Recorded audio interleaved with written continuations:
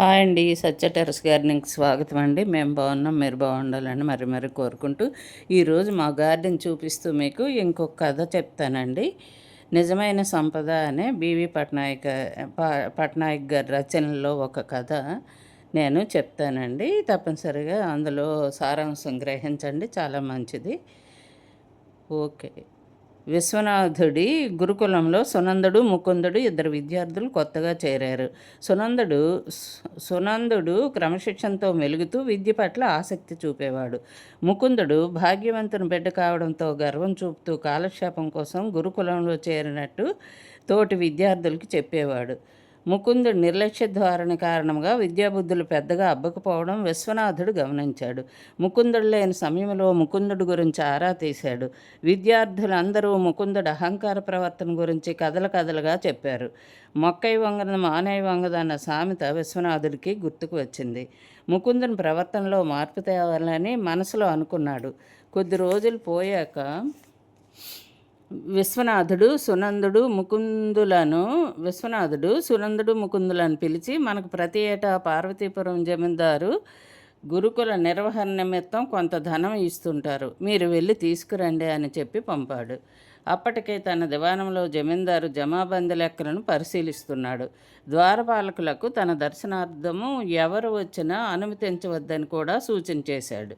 ద్వారపాలకులకు తాము వచ్చిన సంగతి చెప్పారు ఇద్దరు. కానీ ఫలితం లేకపోయింది. భాగ్యవంతుడైన తన తండ్రికి జమీందారీలో కొంత పలుకుబడి ఉన్న సంగతి గుర్తుకు వచ్చిన ముకుందుడు ద్వారపాలకులకు తన తండ్రి పేరు చెప్పి లోపలికి పంపమని అడిగాడు. చివరకు తన దగ్గర ఉన్న కొద్దిపాటి డబ్బును ఆశ చూపాడు. జమీందారు గారి మాటను జవదాటి ఉద్యోగం మీదకి తెచ్చుకోలేము ముక్తసరిగా చెప్పారు ద్వారపాలకులు. తండ్రి పలుకుబడి తన దగ్గర ఉన్న డబ్బు పనికి రాకపోవడంతో ముకుందుడు చిన్నబుచ్చుకున్నాడు. సునంద, మన ప్రయత్నాలు మనం చేసాం, ఇక్కడ కాలయాపన చేసే కన్నా గురుకులంకు వెళ్ళిపోవడమే మంచిది అన్నాడు ముకుందుడు. సునందుడు నవ్వి తనతో పాటు తెచ్చుకున్న పిల్లని గ్రోవిని బయటికి తీసి వేణుగానం వినిపించసాగాడు. అంతే, మధురమైన వేణుగానానికి ముగ్ధుడే జమీందారు బయటకు వచ్చాడు. లెక్కలతో ఉక్కిరిబిక్కిరైన నా బుర్రకి ఈ వేణుగానం ఉపశమనాన్నిచ్చింది. ఇంతకు మీరెవరు అడిగాడు. హఠాత్తుగా జమీందారు రాకను చూసి ముకుందుడు ఆశ్చర్యపోయాడు. సునందుడు నేర్చుకునే విద్యను ఉపయోగించే తీరును చూసి నివ్వెరపోయాడు. ముకుందుడు సునందుడు వచ్చిన పనిని చెప్పి సాయం పొందారు. మిత్రమా, నిజమైన సంపద డబ్బు కాదు, విద్యేనని తెలుసుకున్నాను. విద్యతో అందరినీ జయించవచ్చునన్న సత్యం తెలియజేశావు. నాకు జ్ఞానోదయమైంది. ఇక శాశ్వత సంపద అయిన విద్యను వినయంతో నేర్చుకొని ఉపయోగించుకుంటాను. నాలో మార్పు తెచ్చిన నీకు కృతజ్ఞతలు అంటూ మిత్రుడిని ఆలింగనం చేసుకున్నాడు ముకుందుడు. ఇలా ఈ కథ విశ్వనాథుడి శిష్యులు ఇలా అహంకారంతో ఒక శిష్యుడు ఎలా చేశాడో మీరు కూడా విన్నారు కదండి. అది అహంభావము ఎంతటి వాళ్ళకైనా అది మంచిది కాదని నిరూపించే నీతి కదండి ఇది. నిజమైన సంపద అంటూ ఏంటి అంటే అహంభావం లేకుండా విద్యను అభ్యసించే విజ్ఞానంతో ఏ పని చేసినా అది అందరికీ మంచిదని తెలియచేసిన ఇది ఒక నీతి కదండి. ఈ రచన చాలా బాగుంది కదండి. ఇది రచించిన బీవీ పట్నాయక్ గారికి కూడా మనం కృతజ్ఞతలు తెలియచేసుకోవాలండి ఈ వీడియో రూపంగా. ఇలాంటి కథలు ఇంకెన్నెన్నో అతని రచనలో ఉన్నాయండి. మీకు ఈ కథ నచ్చితే లైక్ చేయండి, షేర్ చేయండి, కామెంట్లో తెలియచేయండి ఇలాంటి కథలు ఇంకా చెప్పమని. అలా అయితే నేను చెప్తానండి ఈ కథలు. ఇలాంటివి పిల్లలకి చెప్పి మనం వినిపిస్తే పిల్లల్లో కొంతైనా మార్పు చూడగలుగుతాం కదండి. కొన్ని మంచి విషయాలు పిల్లలకి తెలుస్తాయి. తప్పనిసరిగా మీరు ఈ కథని పిల్లల ముందు పిల్లలకి చెప్పండి, లేదా ఇది చూపించండి వీడియో రూపంలో. ఇలా ఈ కథ చూడండి, చాలా మంచిది. ఇందులో సారాంశం మీరు తెలుసుకొని విద్య ఎంత బాగా అభ్యసించుకుంటే అంత మంచిది. డబ్బుతో పని లేకుండా విద్య ముఖ్యము అని చెప్పాలండి. అలాగే మా గార్డెన్లో ఫ్లవర్స్, ఫ్రూట్స్ చూస్తున్నారు కదా, చూసారా ఫ్లవర్స్ ఎంత బాగా వచ్చాయో. అందుకు మా గార్డెను చూస్తారు. మీకు ఒక చిన్న నీతి కథ కూడా నేను చెప్పానండి. చూసారా మా గార్డెన్ ఎంత చక్కగా గ్రీన్‌గా ఫ్లవర్స్‌తో, ఫ్రూట్స్‌తో కళకళలాడుతుందండి. చక్కగా ఈ వర్షాకాలంలో మీరు కొన్ని మొక్కలు పెంచండి. తప్పనిసరిగా మొక్కలు ఉంటే మనకి ఆరోగ్యం, ఆనందము 2 వస్తాయి కదండీ! ఈ వర్షాకాలంలో ఎంత చిన్న స్టెమ్ తెచ్చి నాటినా కూడా మందార, గులాబీలు అలా అవి మొక్కలుగా గ్రో అయిపోతాయండి. తప్పనిసరిగా మొక్కలు పెంచండి. పెంచి ఆ తృప్తే వేరండి. చూసారా ఫ్లవర్స్ ఎంత బాగున్నాయి, ఎల్లో ఫ్లవర్స్.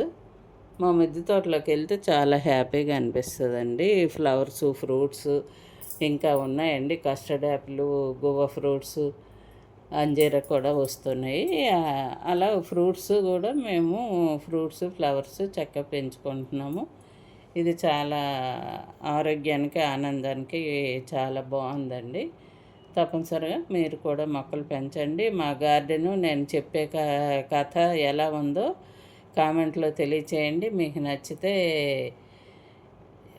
కామెంట్లో చెప్తే నేను ఇంకా కొన్ని చదువుతానండి. ఇంకా కొన్ని కథలు చెప్పి మీకు వినిపిస్తాను.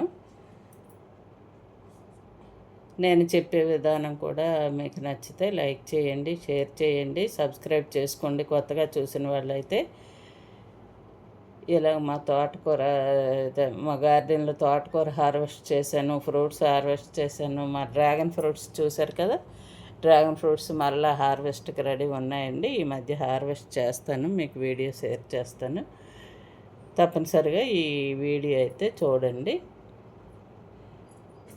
చూసారా వైట్ ఫ్లవర్స్ ఎంత బాగున్నాయో, అగండి.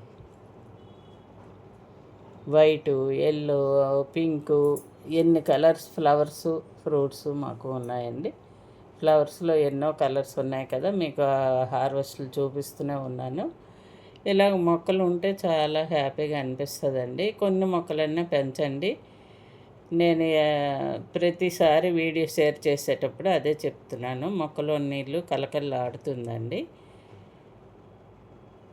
చక్కగా ఆరోగ్యం, ఆనందం 2 వస్తాయి కదా, అందుకని తప్పనిసరిగా మొక్కలు పెంచండి మీరు.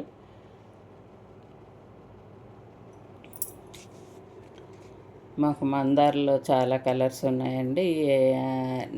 మా నిమ్మ చెట్టు చూసారా, నిమ్మ చెట్టు కూడా బాగా కాయలు వస్తున్నాయండి.